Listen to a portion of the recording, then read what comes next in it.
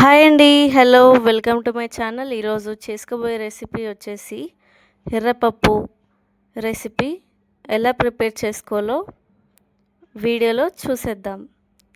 ఇలా అన్నం, రోటీ, చపాతీలకి చాలా బాగుంటుందండి ఈ కర్రీ. ఒక్కసారి ఇలా ట్రై చేశారంటే డెఫినెట్గా నచ్చుతుంది కర్రీ అనేటిది. ఇంకా ఆలస్యం ఎందుకు వీడియోలోకి వెళ్ళిపోదాం.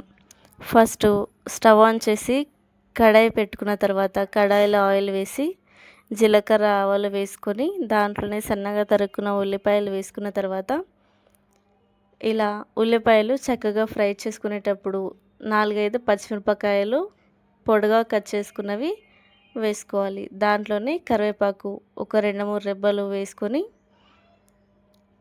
వీటన్నింటిని ఒకసారి గరిటెతో ఇలా తిప్పుకొని ఫ్రై చేసుకుందాం. ఇలా మంటని హై ఫ్లేమ్లో పెట్టుకొని ఫ్రై చేసుకోవాలి.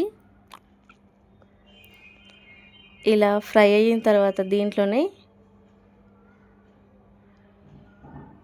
అల్లం వెల్లుల్లి పేస్ట్ వేసుకొని 1/2 టీ స్పూన్ పసుపు వేసుకొని వీటిని అల్లం వెల్లుల్లి పేస్ట్ పచ్చివాసన పోయేంత వరకు చక్కగా ఫ్రై చేసుకున్నాక ఇలా చక్కగా వేగిపోయిన తర్వాత దీంట్లోనే ఒక గ్లాసెడు సగం మంచినీటిని యాడ్ చేసుకోవాలి. ఇలా మంచినీళ్ళని యాడ్ చేసుకున్న తర్వాత ఇవి చక్కగా మరగనివ్వాలండి. ఇవి మరిగాకనే 1 కప్పు ఎర్రపప్పు వేసుకోవాలి. ఇలా ఎర్రపప్పు వేసుకున్నాక దీంట్లోనే 1 స్పూను సాల్ట్ వేసుకొని 1 స్పూను కారం వేసుకొని ఇలా చక్కగా ఉడకనిస్తే సరిపోతుంది. పోపంతా ఇలా మెత్తబడ్డాక స్టవ్ ఆఫ్ చేసుకుంటే సరిపోతుంది.